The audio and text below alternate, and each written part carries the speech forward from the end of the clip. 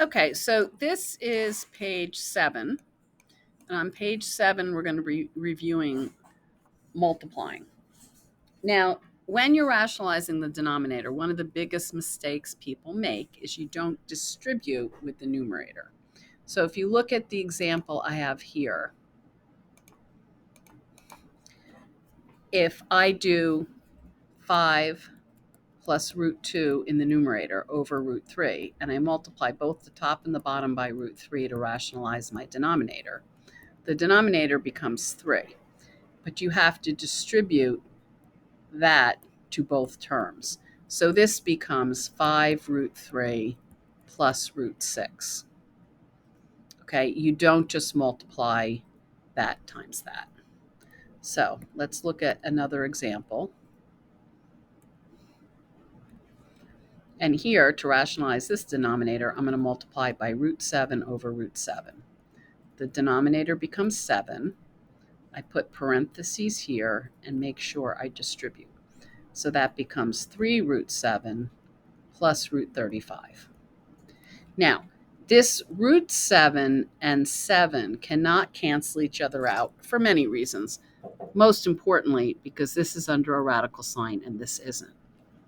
But you can only cross out terms if you're multiplying. So I will go over an example of one that can be later on.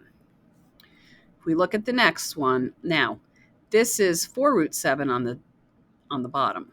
I only have to multiply it by root 7. I don't have to multiply it by 4 root 7. So I'm going to multiply both the top and the bottom by root 7. So the denominator becomes 4 times 7, or 28.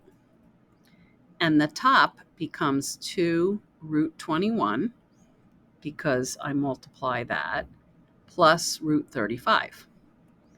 Now, this looks like, oh, this has to be able to be simplified, because if you look at all of these numbers, they're all multiples of 7.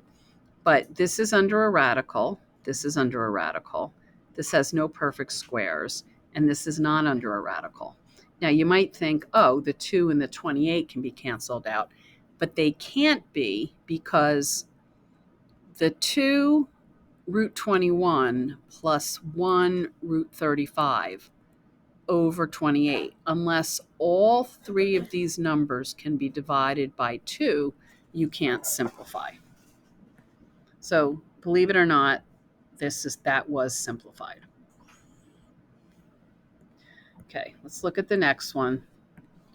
This looks simpler.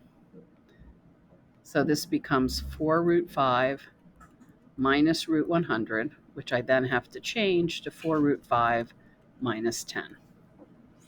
Now the next one I'm going to FOIL. So the first, root 7 times root 7 is 7, plus root 7 times root 2, 3 root 2 becomes 3 root 14, plus root 14, plus 3 times root 2 is 3 times 2, which is 6. So the 7 and the 6 can be combined to become 13. And 3 root 14 plus 1 root 14 becomes 4 root 14. Okay. So now, go ahead and try to do 5, 6, and 7. Stop the video and start it up again. See if you got it right.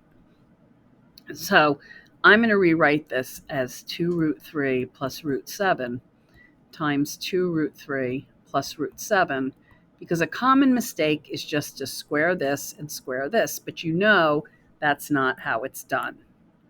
It means a binomial times a binomial. So 2 root 3 times 2 root 3 is 2 times 2, which is 4, and root 3 times 3 is 3.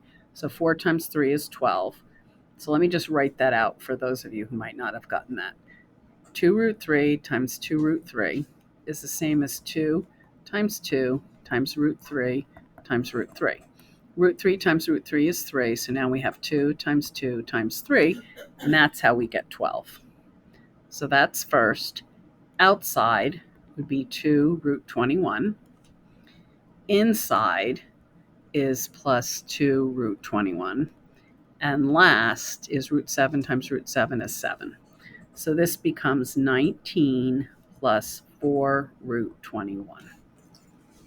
Now, 5 root 2 squared is 5 root 2 times 5 root 2.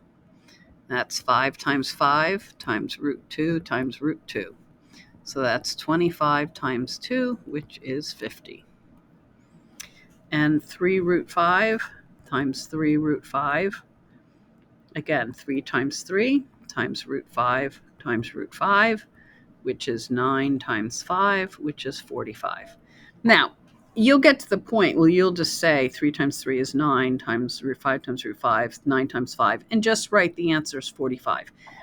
You don't have to show all the work I showed. I showed the work for people who are just not getting it yet. Okay, and that's the end of page 7.